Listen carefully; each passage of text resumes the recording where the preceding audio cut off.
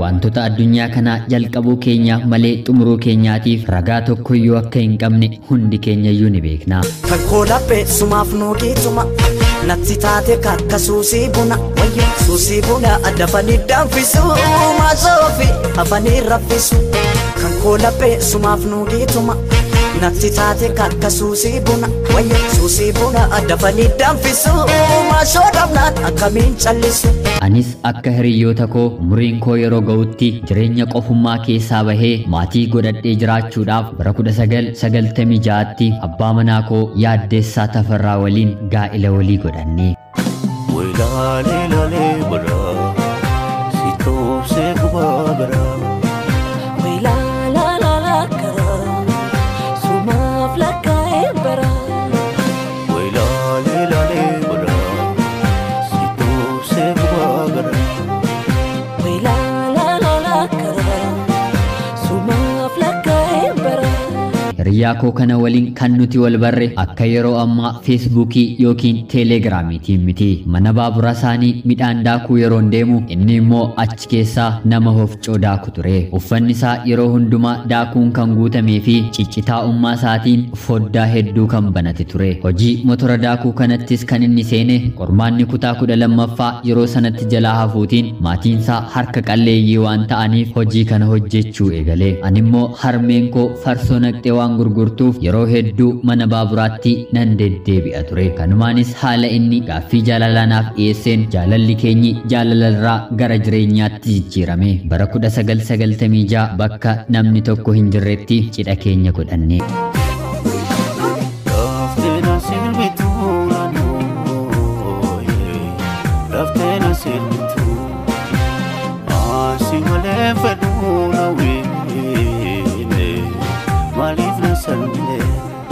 Innis kan argate hofcoo daakee anis hojii harmee koorraan dhaale farsoo gurgureen waliin jiraachuun jireenya keenya mana qabalee keessatti eegalle. Kan nama ajaa'ibu yeroo sanatti maatiin koo ergan isatti heerumee booddee jibbinsaa fi jechoota adda addaa akkam nama hiyyeessatti heerumta jedhanii natti haleeluun isaaniin oolle. Jireenyi anaa fi abbaan manaan koo waliin gaggeessinu rakkinoota hiyyummaarra darbee dhukkubaa fi gufuu adda addaan kan guutamtes ture. Walfuunee waggaa 3 booddee bara 1999 abbaan manaan koo yakka nama ajjeechaatiin shakkamteetta jedhamuun hidhaan waggaa 3 irratti murtaa'ee ture. Yeroo kanattis ani isaaf dhala waan hin godhanneef namoonni hedduun akkana fuudhuu barbaadanii fi isarratti murteen du'aa akka murtaa'uu danda'u natti himanii. Haa ta'u malee ani garuu hammanni hidhaa keessaa naaf ba'utti obsaan isa eeggadhe.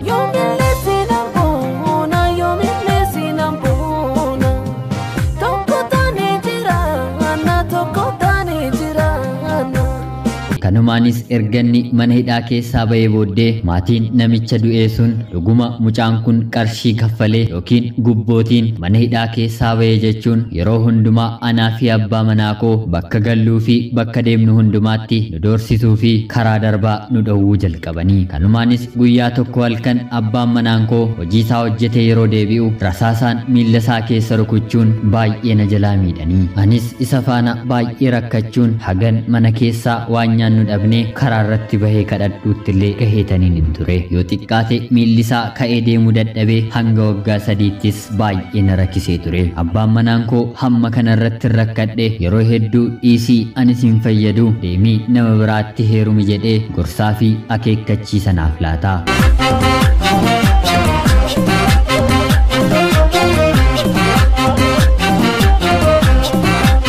Namni na jaallatu sababa rakkoon itti hammaatteef kana ofirratti murteesse. Anis baay'ee waan isan jaalladhuu fi kan biraa haa hafu isuma bira taa'ee haasa'uun illee anaaf qabbana sammuu addaa ture. Wanta fe'e aarree walitti dubbannus daqiiqaawwan muraasa booddee walitti qabbanoofnee deebisnee walitti boonyaa. Mana keenya keessas wanti kaawwannee bor nyaanna jennu waan tokkoyyuu hin jiru. Waan hundumaa har'a argannee har'a nyaachuuf hojjedheetaniin hin gala. Haaluma kanaan otoo waliin jiraannu garuu wanti gaaffii nutti ta'e jireenya keenya keessatti otoo hin uumamin hin oolle. Kanumaan rakkoo keenya otoo waliin jiraachaa jirru daa'ima argachuun keenyi garuu gara dhumaa kana gaaffii guyyaa guyyaa guyyaan lamaan keenya gidduutti argamu ta'uu jalqabe. Kanumaanis rakkoon eenyu bira akka jiru lamaan keenya iyyuu beekuu baannus haga dandeenye wanta nurraa eegame gochuudhaaf garuu duubatti hin jenne. Bara 2004 innis abdii wanta kanarratti kutachuudhaan deemiitii nama biraatti heerumii tarii rakkoon ana bira jiraachuu danda'a waggaa heeraadhaaf hojii humna kootii olii fi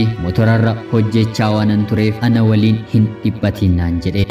Ansosodaate barana qalbii kooti dhibee gaman jaaladhe sanyii mooti.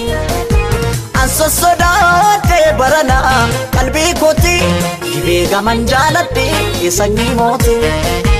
Ansosodaate barana qalbii kooti dhibee gaman jaaladhe sanyii mooti.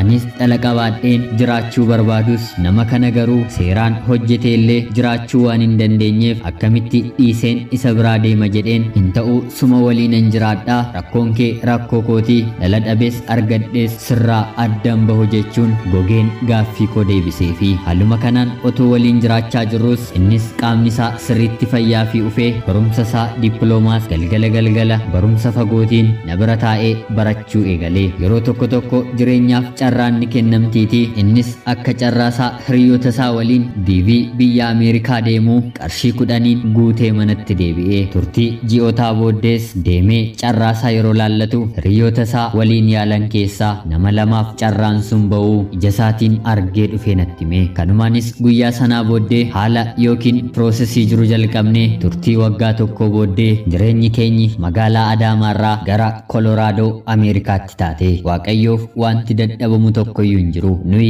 karaa gaarummaa fi qajeelaan wanta hundumaa ilaaluudhaaf yoo yaanne wanta jirru keessaa ba'uun wanta rakkanne keessaas boqochuun keenyi guyyaa tokko kan hin oolle. Otuun gorsa maatii koo fi gorsa abbaa manaa koo yeroo sana dhagayeera ta'ee har'a ani isa waliin carraa kan argachuu dhabuu nan danda'an ture. As dhufne waggaa 2 booddees daa'ima 2 lakkuu Waaqayyo al takkaatti nuuf laate. Wanta nuuf godhe hundumaaf Waaqayyoof galanni guddaan haa ta'u. Jireenyaa fi jaalala keessatti wantoonni akka qorumsaatti nuuf dhiyaatan karaa sirrii fi dhugaan guuteen yoo nuti deebisne Waaqayyo gatii dadhabbina keenyaa akka nuuf laatu homaa shakkiin tokko hin jiru. Tigist Geetaachoo Koloraadoorraa nagaatti.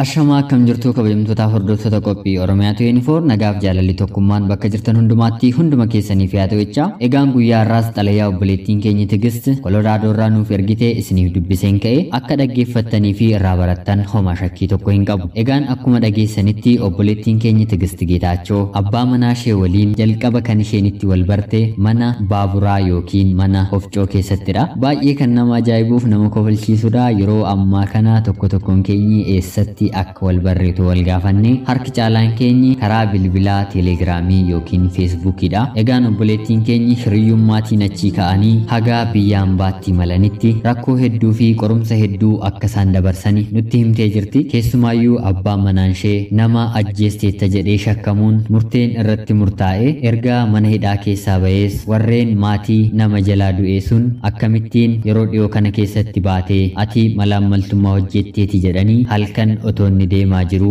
rasaasaan miilla isaa keessa rukutanii. Egaan obboleettiin keenya kunis abbaa manaa ishee rasaasaan rukutamee mana hidhaa keessa waggaa hedduu waliin ture abdii fi obsa cimaatiin rakkoo hedduu isa waliin dabarsuutiin isa waliin jiraatte. Innis baay'ee rakkachuu isaarraatiin kan ka'e abdii ofirratti kutuun keessumaayyuu yeroo miilli isaa rukutamee fayyaatti deebi'uuf yeroo dheeraa irratti fudhatu deemii kanaan booddee ana waliin hin rakkatiinii jireenya biraa mi'aawaa kan ta'e jiraachuu ni dandeessa jedhee isheetti murteessus isheen garuu lakkii si waliin rakkina kee nan hirmaadhaa wanti siif dhufee anaafis kan dhufe dheettee diddee isa mormitee isa waliin jiraachuu eegalti. Lammaffaa irratti waggaa dheeraa erga yoo wajjin turaniyyuu abbaa manaa fi haati manaan kun daa'ima argachuu dadhabanii. Kanumaanis ammas abbaan manaan ishee deemii nama biraatti heerumii tarii rakkoon ana bira ta'uu danda'a. Waggaa hedduudhaaf hojii humnaa fi motorallee daakaa waanan tureef rakkoon kun na qunnamuu danda'a deemiitii daa'ima godhadhu nama biraarraa anaan na dhiisi ishee jedhus isheen garuu ammas itti ciccitee hin ta'u suma waliin nan jiraadha jettee murtee mataa ishee murteeffatteen dhumarratti abbaan manaan ishee wayyaa'ee fi barumsa fagoo jalqabee akka carraa obboloota yookiin hiriyoota isaa waliin carraa diivii yaale isaan keessaa hiriyoota isaa lamaaf carraan diivii ba'ee fi isaanis biyyaan baatti malanii sanaan booddee kan dhabanii turan dhalas waggaa 2 booddee lakkuu akka argatan obboleettiin keenya nutti himti. Waaqayyoo jireenya keessan ammayyuu daddabalee isiniif haa eebbisu. Obboleettiin keenya Tigist xalayaa kana nuuf erguu keettis guddaa galatoomiseen jecha. Jaalatti falaguu itti jaalatti falaguu itti na boojuu kee kam goota na boojuu kee kam goota. Yoomillee siinaan boona yoomillee siinaan boona tokko taanee jiraanna tokko taanee jiraanna. Egaan kabajamtootaaf hordoftoota qophii Oromiyaa 24 ergaa xalayaa kanarraa hedduu akka barattan abdii guddaan qaba. Har'aa guyyaa addaati. Hedduun keessan akka beektan Valentine's Day jedhama yookiin guyyaa warreen wal jaallatanii warreen wal jaallattan yookiin hiriyoota taatan baga ittiin isin gahee. Guyyaan kun isiniif guyyaa addaati. Baga gammaddan isiniin jedha. Warreen gara fuulduraatti godhattanis Waaqayyoo guyyaa kanaan hunduma keessaniin isin haa ga'u. Egaan jaalalli cimaa fi dhugaan yookiin yeroo dheeraa waliin jiraatan rakkoo fi mudannoo tokko malee qixaa'ee kan namaaf laatamu miti. Karaa lamaaniinuu qaamni lamaan rakkoo fi dhiphina dhufe hundumaa waliin qolachuu fi waliin dabarsuu kan barbaachisudha. Dhumarratti gonfoowwan waliin argamu mataatti baattachuuf rakkoo kana hundumaa keessaa akkuma obboleettiin keenya xalayaa irratti nuuf ibsite waliin darbuu ni danda'ama. Karaa sirrii fi waan gaarii yoo yaanne Waaqayyoo jireenya keenya akka kanaatti nuuf eebbisuunsaa homaa shakkii tokkoyyuu hin qabu. Egaan warreen walitti jabaattan guyyaa har'aa shakkii fi mamii of keessaa qabdan wanti kunis akka jiru hubattanii jaalala keessanitti cimaa dhaabbadhaan ergaa keenya sadhumaati. Egaan Valentine Day kabajuun aadaa biyya keenyaa ta'uu baatus warreen biyya keenyaa yookiin biyya ambaa keessa jiraattan haala warri adiin ittiin kabajaniin otoo hin taane aadaa fi safuu biyya keenyaa eegdanii jaalallee keessan qofaa waliin akka dabarsitanillee dhaamsa keenya lammataati. Waan nu dhaggeeffachaa turtaniif guddaa galatoomaa isiniin jecha. Egaan qophiin guyyaa har'aaf qabadheen dhiyaadhe kana fakkaatti. Namoonni chaanaalii keenya faaraa taatan anaa dhufsiniin jecha xalayaa yookiin seenaawwan jaalalaa kan qabdan karaa teelegiraamii lakkoofsa bilbilaa keenyaan nuuf qooduu ni dandeessu. Sheer, laayik, sabskiraayib gochuun deeggarsi keessan ammayyuu itti fufu jecha. Guyyaa borii qophii wal fakkaatuun hanga walitti deebinutti nagaan tura. Qopheessuuf qindeessuun kanan isinii waliin ture Gammachiista Shoomeeti. Horaa bulaa. Jaalatti falaguu itti jaalatti falaguu itti na boojuu.